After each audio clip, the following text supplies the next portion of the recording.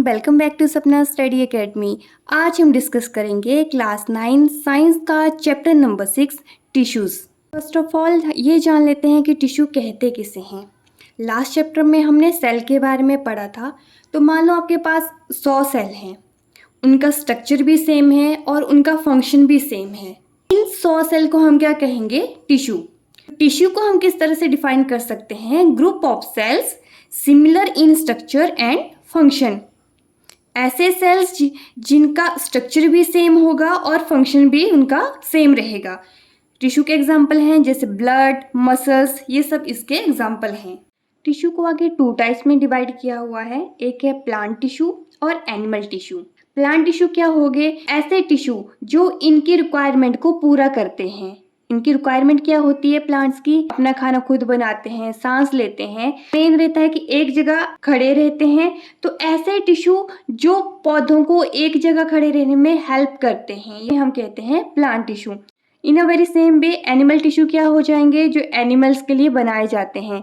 अभी जो एनिमल का क्या क्या रहता है, जैसे एक जगह से दूसरी जगह जाते हैं, सांस लेते हैं, तो उनके फंक्शंस के अकॉर्डिंग ये टिश्यू हमें देखने को मिलते हैं। प्लांट टिश्यू भी आगे 2 टाइप्स में इन्हें डिवाइड किया हुआ है। एक है मेरिस्टेमेटिक टिश्यू और सेकंड है परमानेंट टिश्यू। इन दोनों में क्या डिफरेंस होता है? जो मेरिस्टेमेटिक टिश्यू होता है, इससे किसी भी प्लांट की ग्रोथ होती है। जब यहाँ तक हम पहुँचते हैं परमानेंट टिश्यू पे, तो जो ग्रोथ है ऑलमोस्ट स्टॉप हो जाती है। मेरिस्टेमेटिक टिश्यू की एक और खास बात होती है कि अपने आप को ही ये डिवाइड कर सकता है। इन्हें भी अब हम 1 बाय 1 स्टडी करेंगे। जैसे फर्स्ट था मेरिस्टेमेटिक टिश्यू। इसमें मेन 3 पार्ट्स होते हैं, एपिकल मेरिस्टेम, इंटरक्लेरी मेरिस्टेम और थर्ड होता है लेटरल मेरिस्टेम। आप यहाँ पे देखेंगे तो एपिकल जो है ये रिस्पॉन्सिबल होता है किसी भी प्लांट की हाइट बढ़ाने के लिए। अभी हाइट कैसे बढ़ेगी? टिप है किसी भी प्लांट की और जो रूट्स हैं, एपिकल मेरिस्टेम यहाँ पे प्रेजेंट होता है, तो ये रिस्पॉन्सिबल होता है हाइट में। सेकंड आ जाता है आपका इंटरक्लेरी मेरिस्टेम। अभी ये वाला आप देखेंगे यहाँ पे क्या है कि पत्ता लगा है, लीफ लगा है, तो ये वाला जो पॉइंट है जहाँ से पत्ता निकला है, इसे हम कहते हैं नोड। तो ये वाला टिश्यू यहाँ पे प्रेजेंट होता है। इसमें क्या होता है, ये वाला नोड है, यहाँ पे पत्ता निकला, यहाँ से भी आगे पत्ता निकला, तो ये जो बीच वाला पार्ट होता है इसे हम कहते हैं एंटीनोड। इंटरक्लेरी मेरिस्टेम है, उसका काम होता है कि ये वाला जो लेंथ है इसे इंक्रीज करना। जैसे जैसे प्लांट बड़ा हो जाएगा वैसे वैसे ये वाला हिस्सा भी इंक्रीज होता रहेगा। और जो लास्ट लेटरल मेरिस्टेम है, ये किसी भी प्लांट की विड्थ को इंक्रीज करता है, मतलब उसे मोटा करने में हेल्प करता है। ऑलराइट, जो एपिकल है कहाँ कहाँ प्रेजेंट होता है? एपेक्स में प्रेजेंट होता है, रूट्स में और टिप में। क्या इंक्रीज करेगा? हाइट। इस तरह से हमें देखने को मिलेगा। लेटरल वाला क्या करता है? चौड़ाई को इंक्रीज करता है। और जो इंटरक्लेरी है, क्या नोड के दो नोड के बीच में जो एंटी नोड दिया होता है, उस वाले स्पेस को ये इंक्रीज करता है। ये कुछ कैरेक्टरिस्टिक्स हम देख लेते हैं। जो सेल होते हैं बहुत ही एक्टिव होते हैं। थिन सेल बॉल होती है। और जो साइटोप्लाज्म है, साइटोप्लाज्म क्या होता है? जो जेली लाइक स्ट्रक्चर होता है वो भी काफी डेंस है और यहाँ पे कोई किसी तरह का बैक्टीरियल प्रेजेंट नहीं होता है। तो था मेरिस्टेमेटिक टिश्यू। आगे हम सेकेंड टाइप पढ़ लेते हैं, परमानेंट टिश्यू। इन्हें भी तो 2 टाइप्स में डिवाइड किया हुआ है। एक है सिंपल टिश्यू और कॉम्प्लेक्स टिश्यू।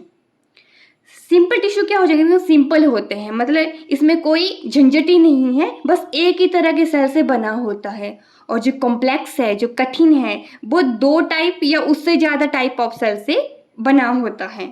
फर्स्ट है सिंपल परमानेंट टिश्यू। उसमें 3 तरह के हमने पढ़े पीसीएस। उसमें पहले आएंगे आपके पेरेन्काइमा। तो जितने भी सॉफ्ट पार्ट होते हैं किसी भी प्लांट्स में, वहाँ पे ये टिश्यू पाया जाता है। जैसे रूट्स हैं, स्टेम्स हैं, लीव्स, फ्लावर, तो इन सब में ये टिश्यू पाया जाता है। और जो स्पेस होता है, large intercellular space between them, इनका क्या काम होता है? ये फूड को स्टोर करते हैं। जितने भी प्लांट जो वाटर पे फ्लोट करते हैं, जो पानी के ऊपर हमें दिखाई देते हैं, वो किस वजह से होता है? पेरेन्काइमा की वजह से। और ये फोटोसिंथेसिस में भी हेल्प करते हैं। सेकंड है कॉलिनकाइमा। तो ये क्या करता है? इनके पास एकदम थिक सेल बॉल्स होती हैं और जितना भी मैकेनिकल सपोर्ट होता है वो सारा का सारा प्रोवाइड करता है कॉलिनकाइमा। थर्ड है स्केलेनकाइमा, जितने भी सेल जो डेड हो गए हैं ये उनसे मिलके बना होता है। बहुत ही ज़्यादा इनकी थिक वॉल्स होती हैं और ये प्रोवाइड करता है स्ट्रेंथ और support to the parts of plant. किसमें करता है? जितने भी प्लांट के पार्ट्स होते हैं उन सब में ये स्ट्रेंथ और सपोर्ट प्रोवाइड करता है। सेकेंड टाइप है कॉम्प्लेक्स परमानेंट टिश्यू।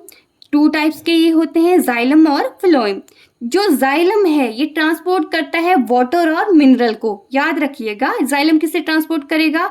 वाटर को और मिनरल को। ये यूनिडायरेक्शनल होता है, मतलब एक ही डायरेक्शन में चलता है, वो होता है नीचे से ऊपर।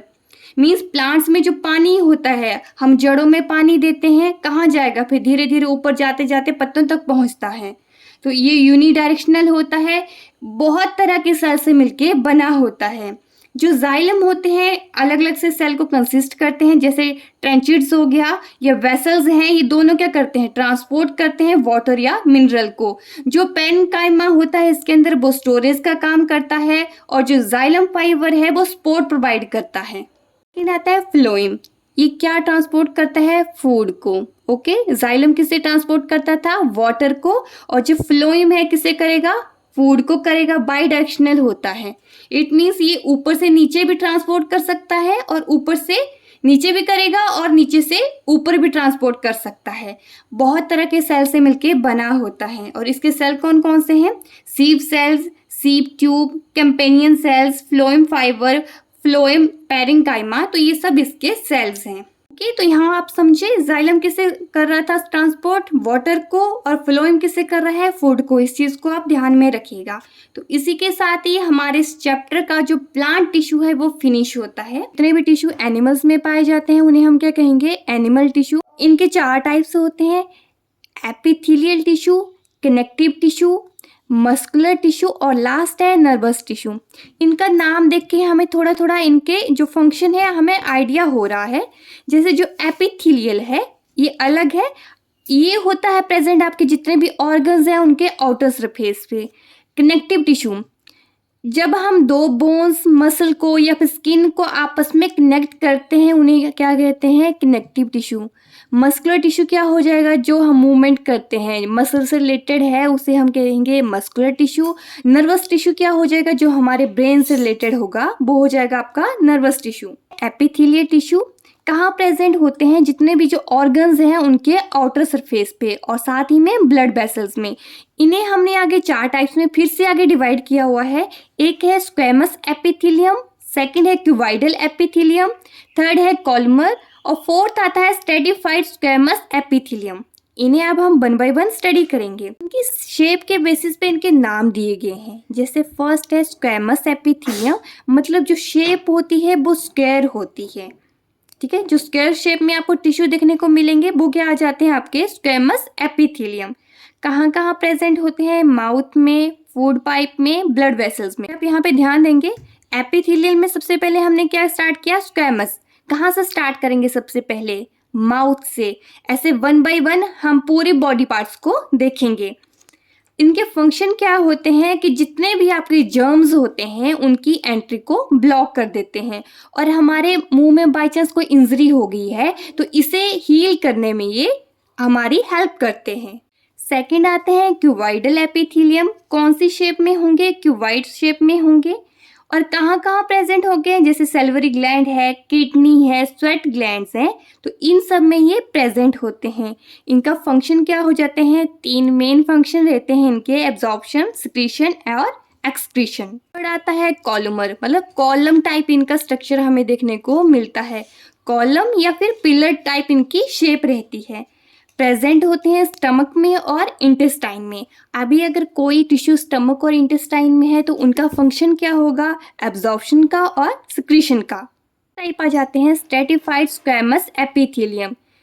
अभी इसमें 2 तरह के नाम हम देखने को मिल रहे हैं।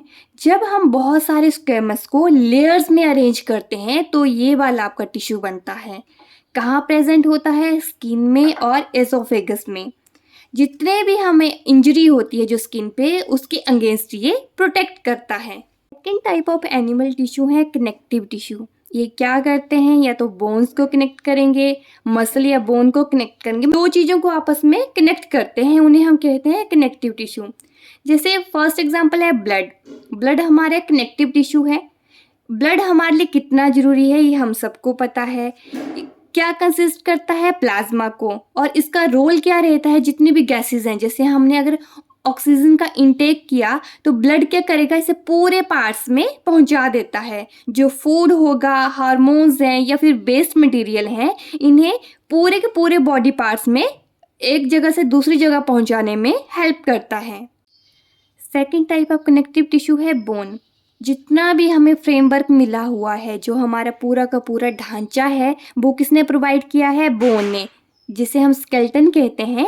तो ये किससे मिला है? हमें बोन से मिला है। किससे बनी होती है? कैल्शियम और फॉस्फोरस कंपाउंड से। इसे आप याद रखिएगा, किससे बनी होती हैं? कैल्शियम और फॉस्फोरस कंपाउंड से मिलके बनी होती हैं। शॉर्ट टर्म्स है इसमें आती हैं, जैसे cartilage, ligaments, tendons, adipose, areolar. जैसे आपका कार्टिलेज है, एकदम सॉफ्ट बोन्स होती हैं। जैसे हमारे नोज की बोन है, ईयर बोन है, तो इन्हें हम क्या कहते हैं? कार्टिलेज। जो आपकी लिगामेंट्स होते हैं, जब हम एक बोन को दूसरे के साथ कनेक्ट करते हैं तो उसे हम क्या कहते हैं? लिगामेंट। टेंडन्स क्या हो जाएगा? जब हम बोन को किसके साथ कनेक्ट करते हैं? मसल के साथ। एडिपोज कहाँ पाया जाता है? स्किन के नीचे। और जितना भी फैट स्टोर होता है वो कहाँ होगा? आपका एडिपोज में। तीन मेन रहते हैं। जैसे लिगामेंट है, क्या कर लेगा ये? Bone to bone. टेंडन है, मसल टू बोन। और जो एरोलर है, क्या कर लेगा ये? Skin to muscle. इन तीनों को आपने मेनली याद करना है। तो टिश्यू है मस्कुलर टिश्यू। जितनी भी मूवमेंट हमारी बॉडी की हो रही है, किस वजह से हो रही है? मस्कुलर टिश्यू की वजह से। इनके अंदर कुछ स्पेशल प्रोटीन होते हैं। जैसे हम अपनी मसल्स को कॉन्ट्रैक्ट करते हैं, रिलैक्स करते हैं, तो किस वजह से हो रहा है? ये मस्कुलर टिश्यू की वजह से। तीन टाइप के ये होते हैं। फर्स्ट है स्मूथ, सेकंड आ जाता है आपका स्केलेटल, और थर्ड आता है कार्डियक। जितना भी मटेरियल हमने अपनी बॉडी के अंदर मूव करना होता है वो किसके थ्रू होता है? स्मूथ मसल्स के थ्रू। इन्हें हम इनवॉलेंट्री मसल्स भी कहते हैं। अभी वॉलेंट्री और इनवॉलेंट्री मसल्स क्या होती हैं? जैसे जो वॉलेंट्री मसल्स हैं, इन्हें हम अपने अकॉर्डिंग जब चाहे स्टार्ट कर सकते हैं और जब चाहे स्टॉप कर सकते हैं, उन्हें हम कहेंगे वॉलेंट्री। और जिन मसल्स को हम अपने अकॉर्डिंग नहीं स्टार्ट या स्टॉप नहीं कर सकते हैं, उन्हें हम कहते हैं इनवॉलेंट्री। वॉलेंट्री क्या हो गया? जब हम अपनी मर्जी से किसी को भी स्टार्ट या स्टॉप कर रहे हैं। और इसका अपोजिट जो इनवॉलेंट्री हो गया कि उसमें हमारी कोई भी मर्जी नहीं चल रही है। सेकेंड आ जाता है स्केलेटल। तो ये होती हैं आपकी वॉलेंट्री मसल्स, जो किसके द्वारा हमारे कंट्रोल होती हैं? ब्रेन के थ्रू। लास्ट आता है कार्डियक। कार्डियक किससे रिलेटेड होता है? हार्ट से। जितने भी हमारे हार्ट में जो कॉन्ट्रैक्ट करते हैं, रिलैक्स होता है, एकदम रिदमिक सा इनका दिखने को मिलता है, वो किसकी वजह से होता है? इसी टिश्यू की वजह से होता है। और इनका स्ट्रक्चर होता है सिलेंड्रिकल होते हैं, यूनिन्यूक्लिएट होते हैं और ब्रांच्ड होते हैं। लो कि हमारे हाथ में चोट लग गई, अब हमें ये कैसे पता लगेगा कि हमारे हाथ में चोट है? तो इसके लिए हमारा जो ब्रेन है वो ट्रांसमिट करता है सिग्नल को। कहाँ तक पहुँचेगा सिग्नल? हाथ तक पहुँचेगा और हमें पता लगेगा कि हमें चोट लगी हुई है। तो ये किसके थ्रू हो रहा है? नर्वस टिश्यू के। ठीक है, ब्रेन ने क्या किया? हमारे हाथ को सिग्नल दिया कि यहाँ पे चोट लगी हुई है। तो इनका क्या काम करता है? Transmitting messages from brain to various part. जो नर्वस टिश्यू है किससे बने होते हैं? न्यूरॉन्स बने होते हैं। अपने न्यूरॉन की डायग्राम तो देखी ही है। ये हमारे प्लांट टिश्यू और एनिमल टिश्यू। आई होप आप बहुत अच्छे से इन टिश्यूज के बारे में समझ गए हैं। चैप्टर यहीं पे फिनिश होता है। अब हम मिलेंगे नेक्स्ट वीडियो में नेक्स्ट चैप्टर के साथ। तब तक के लिए थैंक यू। अगर आपका किसी भी तरह की कोई क्वेरी है, कोई सजेशन अगर आप देना चाहते हैं तो प्लीज़ कमेंट बिलो। तब तक के लिए thank you and please do like, share and subscribe.